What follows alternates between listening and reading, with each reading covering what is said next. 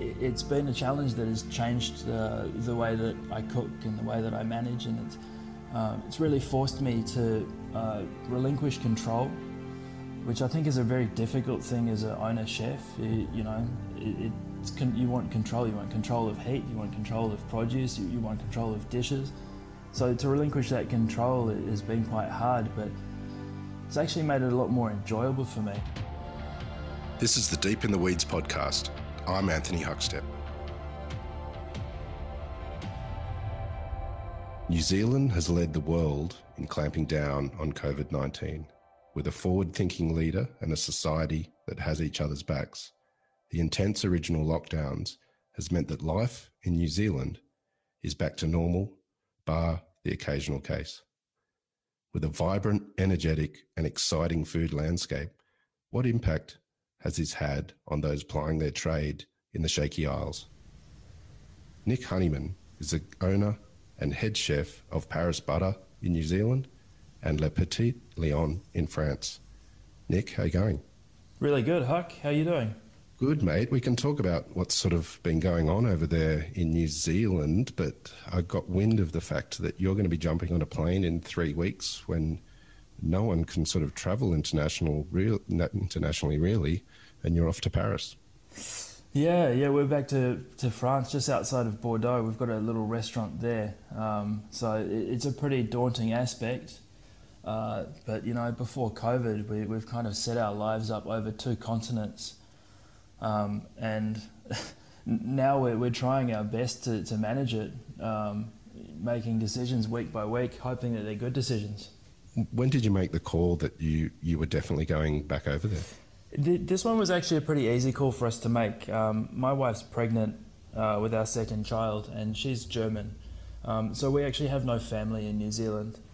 And it was, I think COVID has taught us one thing that's really important is that family is important to us. So we felt that going to Europe during this time, we're going to get some family support. It was the natural path for us to take, and then we tried to set everything up around it.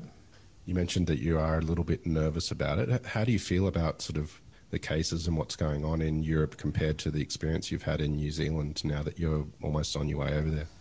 I think we're not so much nervous of COVID. It's more the businesses and how it's going to affect them. I'm pretty fortunate that in New Zealand I've got such an amazing team, and because it's been such a start-stop climate, we're pretty good at stopping the business on a dime when we need to. And the team is they've been with me for 4-5 years, so they're really good at running it. So it's given us the opportunity to go to Europe, and I mean I guess the worst case scenario for us is we go there and we can't open. It looks like that everything should open for summer, but we're just not sure. Well, you mentioned summer as well, and it's a seasonal restaurant, which we don't see a lot of down in sort of Australia and New Zealand. And tell us a bit about the restaurant over there. So Le Petit Lion, it's a seasonal restaurant. It's quite cool. It's in the middle of nowhere. It's in the region, the Dordogne region, which is an hour east of Bordeaux, in this tiny little country town. And it means that, the rent is really cheap. So we can pay a full year's rent, and then we can afford to open the business however long we want. Wow. Which has let us, we've got this really unique blueprint, so we can hire a team, and the team starts together and they finish together. And to be honest, it's the energy of that team and that family vibe. Everyone's there with the same goals and the same finishing date, so there's this light at the end of the tunnel. So it's this really surreal experience within a restaurant. Everyone's there not only to work, but they're also, they're on the same path. Whereas in a regular restaurant day to day, everybody is working in your restaurant, but everybody has different goals, and some might be aiming to finish in 6 months, some might want to do a couple of years. Tell us a bit about the region and the produce and the sort of offering that you do. So we do, it's fine dining food, and it's just inspired by the produce there. So the region there is really famous for for poultry, for ducks, foie gras, truffles. The history of that region, it's all embedded with food. You know, you drive down the road and on the left-hand side you've got walnut trees, and the right there's maize. There's just food everywhere. It's kind of a mecca for food. How did it all come about? You've been chefing in New Zealand for quite a while now. What led to the France restaurant? This was right place, right time. It all came about by accident. When I was working in Sydney, I was working for Haru Manukai, and he had worked with Pascal Barbot previously, and so he got me in the door to Pascal's restaurant L'Astrance in Paris. And when I arrived, Pascal said, don't really want to teach you how to cook, but you know, I really want to teach you the French culture. So he forced me to go to French school in the morning. And then he had a customer who had a little restaurant in the south of France, and he said, I think you should go there for 3 weeks to go and experience it. And that was Le Petit Lion. So more than 15 years ago, I went there and did a 2-week season or 3-week season to help the chef out. And I just stayed in contact with the team there and the guy who owned the land. And wow. 5 years ago, he emailed me and said, I'm either going to sell it or you can come and do business with me. And it was kind of, you know, it was the opportunity of the lifetime. So I dropped everything and went. And then my wife and I, we ended up buying the restaurant 3 years ago. Amazing. What's it been like trying to manage two restaurants that are so far apart? Very challenging, but it's been a challenge that has changed the way that I cook and the way that I manage, and it's really forced me to relinquish control, which I think is a very difficult thing as an owner chef. You know, you want control. You want control of heat. You want control of produce. You want control of dishes. So to relinquish that control has been quite hard. But now that I've learned how to do it, I've got such amazing people working for me. You know, my head chef Zen, and he's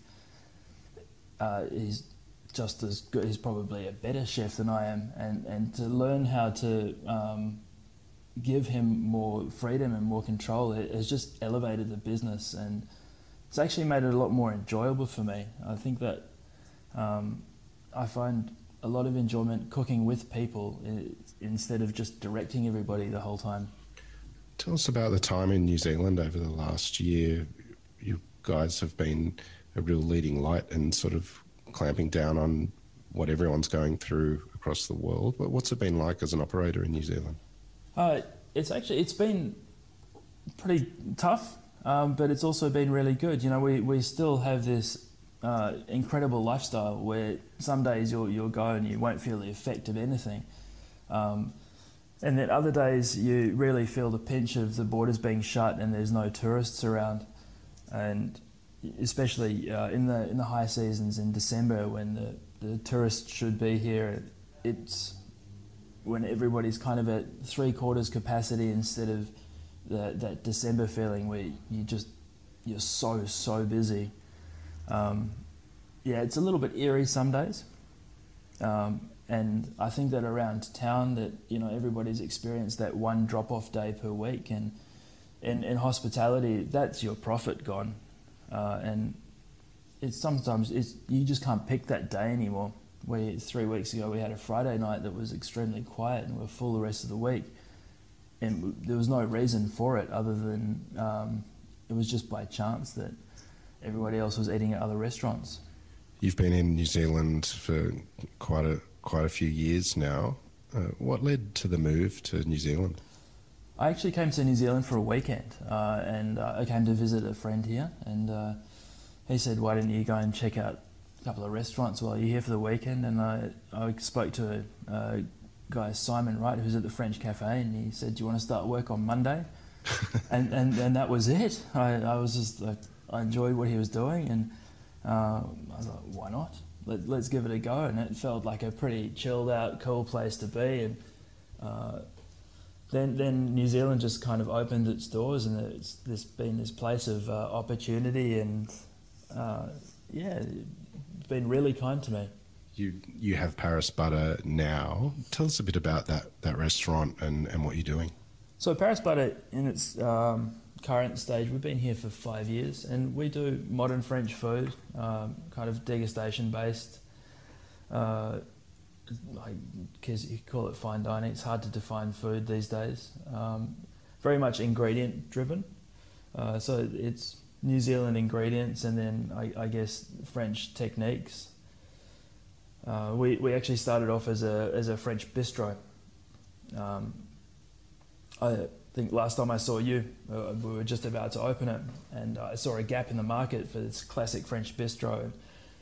2 years into it, my wife turned around to me, said to me, why aren't you cooking food that you love? And I couldn't answer her. And I think the customers could feel it too. I would never want to go out to the floor, and it was solid food, but it wasn't ticking my creative boxes. So I wasn't completely proud about what we're doing. So we pretty much flipped it overnight, and we've been going there ever since. Well, tell us about what you are doing now and what your style of cooking is. So I guess our style of cooking is it's totally ingredient based, and it's always evolving. I really like to be creative, and I like to learn. So every week we're trying to do something new and to explore different ways to make food delicious. I think that's the key word for us, is we like to do delicious food, and then we like to take the ingredients that we find the best local ingredients and tell a story with them. Tell us about New Zealand ingredients. What's some of the ingredients you love getting your hands on? New Zealand food, it's incredible. They have some of the best ingredients in the world, from the waters. You have the snapper and the scampi and the crayfish, and then venison, lamb. The beef here is incredible too. We're really inundated with so much choice. If anything, COVID has been a positive effect on that, because there's been a lot more of that beautiful produce left in the country. How does that compare to the sort of produce that you use in France? The produce in France is exceptional. I think the difference with the produce in New Zealand and in France is that the produce in France is ready. A lot of the fruit that you can buy is ripe, and because the market's big enough. So in New Zealand, a lot of the problem you find is that things are not as ripe and they're not ready to eat. We don't have the same population to feed here. So you lose a lot of the local markets like you have in France. You don't have as many here, simply because a lot of the really good produce is exported. Where I guess in France, we can go down the road and the mushrooms they're local, the veg and produce is local. It's a little bit easier to source. You were born in South Africa. Can you take us back to that time and when you started to get interested in food? Yeah, I was born and raised in South Africa. And then when I was 18, I did what every other South African kid normally does. You enroll to go to uni, and my parents saw that I wasn't super stoked to go from school to uni and do more studying. So they bought me a round the world ticket, and I started to backpack, and my first stop was in Perth, and I ended up landing a job as a kitchen hand. Never really knew anything about kitchens, and the first experience I had there was I was washing dishes on my second day, and all of a sudden the kitchen went dead, and this guy slammed through the back door after he had arrived in this red sports car. I was like, who the hell is this guy? And it was the head chef. And something stuck with me, and I was just like, I want to be that guy. And from then on, I guess as an 18-year-old, you love food anyway because you're just hungry all of the time. But I really started to appreciate it, and I liked the discipline and the hierarchy of a kitchen. It kind of, the old school apprenticeship set you goals, and it was just a solid ladder that you could climb, and I think my personality just took to that. And so I went back to South Africa, and I told my parents I was going to go move to Australia to start an apprenticeship, and that was that. Take us through your time in Sydney with that apprenticeship and some of the really key restaurants that you worked in that sort of helped form who you are as a chef. I think, the apprenticeship it didn't feel like the right thing at the time, but looking back on it, because you would go to work 5 days a week and then you go to school for one day. The day at school, you really felt like you weren't learning much, and it was only later down the track that you realised how important that was. And I managed to land myself in some cool places, and one of the most memorable was working with Haru and Ukai at Observatory Hotel, who'd been trained by Robuchon for so many years and had this incredible balance of Japanese and French flavours. And he was just this creative guy who was ran a nice tight kitchen, but he really looked after his staff. And I had the opportunity to go to Tokyo with him once and do a dinner with him, and then he also organised for me to go to France. It was I was really lucky with the mentors that I had. You were locked down 5 days last week to do with COVID cases in Auckland. What sort of impact did that have? Last week was probably the hardest for us. The previous lockdowns, when you had the full lockdown, people are starved of restaurants, and then you come out and we go from level 4 to level 3, and you can do the takeaway model, and people were really supportive of that. Last week, from going from normal life in summer to a level 3 lockdown, where it's a completely new business model for us. So doing takeaways means that we have to go back to, the classics, the food that travels well. And people just weren't starved of restaurants last week, so it was quite a slow business model. But also it's a really humbling one. We've been open 5 years, and every week you try and perfect your business, and then to flip your business back to something that is brand new and that you're making mistakes on every day. Sometimes it's soul destroying. We took deliveries too. We tried to make as much money everywhere where we could, so we did our own deliveries. So the last delivery I had, I realised I was one dessert short, and I was 45 minutes away from the restaurant. And you let the whole meal down, and I just stood there in front of them, and I was just like, I'm so sorry. I'm going to shoot back and go and get it for you. And they were really lovely and very forgiving and understanding. But there's just not a mistake that you would make in your restaurant, and to go back to step one and to make those mistakes was quite tough. It's also with a product that's not your heart and soul. Not to say we weren't giving it our all, but you know what I mean. Mm. With no indication of when international tourists will return to New Zealand, how do you see the next year playing out for the hospitality sector? I think that everyone's got to be quite vigilant of what the next year is going to be, and we accept that the next year is going to be like this. It's going to be tough. Auckland's quite tough on its own. We have 3,500 restaurants. New Zealand's been on a high, and I think that Australia was probably similar for the last decade, and there's just so many places that have opened. So in terms of restaurants without tourists, we're spread really thin, and we're all fighting amongst ourselves. So I think that creating a really sharp business plan, and we've made lots of cuts, and instead of basing your restaurant on a 30 packs night where that's your break even, we've had to move it to 18 and make sure that we can do that, because at the end of the day my goal is to keep my staff employed, and we just need to make sure that we're doing everything that we can to do that. You mentioned the move to Europe, which is a couple of weeks away, was driven by family and to be closer to family and having that connection.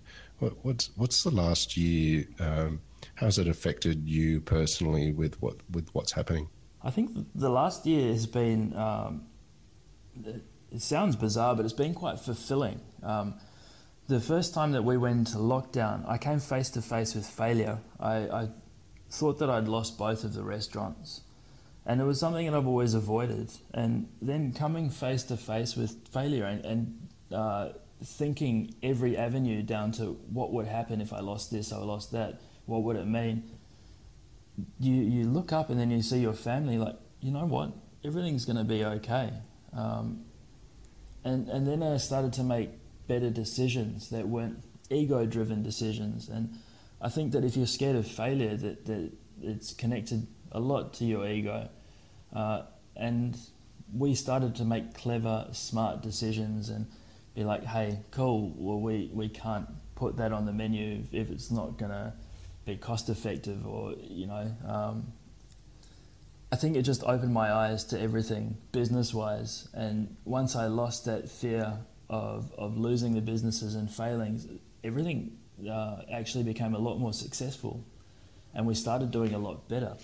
This experience and change and realisation, do you think that will transfer into the kitchen and the way you cook?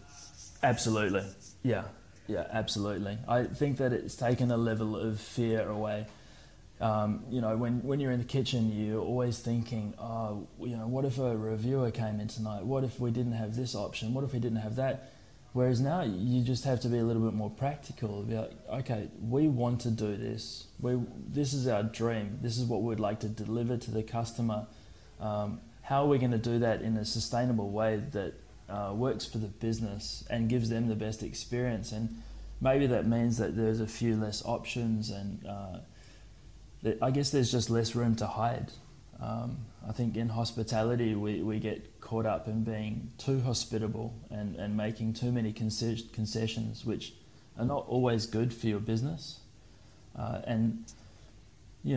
think that it's actually, if anything, it's helped our cooking. It's given us a little bit more structure and direction. And COVID's kind of, it's drawn a box for us, and we can be creative within that box. Instead of just having a blank page and being creative on the page, it's just made our creativity a little bit more focused, if that makes sense. Tell us about this trip to Europe. Do you have plans to stay there for a couple of years, or are you returning to New Zealand regularly? What's the agenda? So we only go for the season. This year we are going a little bit earlier so I can try and set the business up.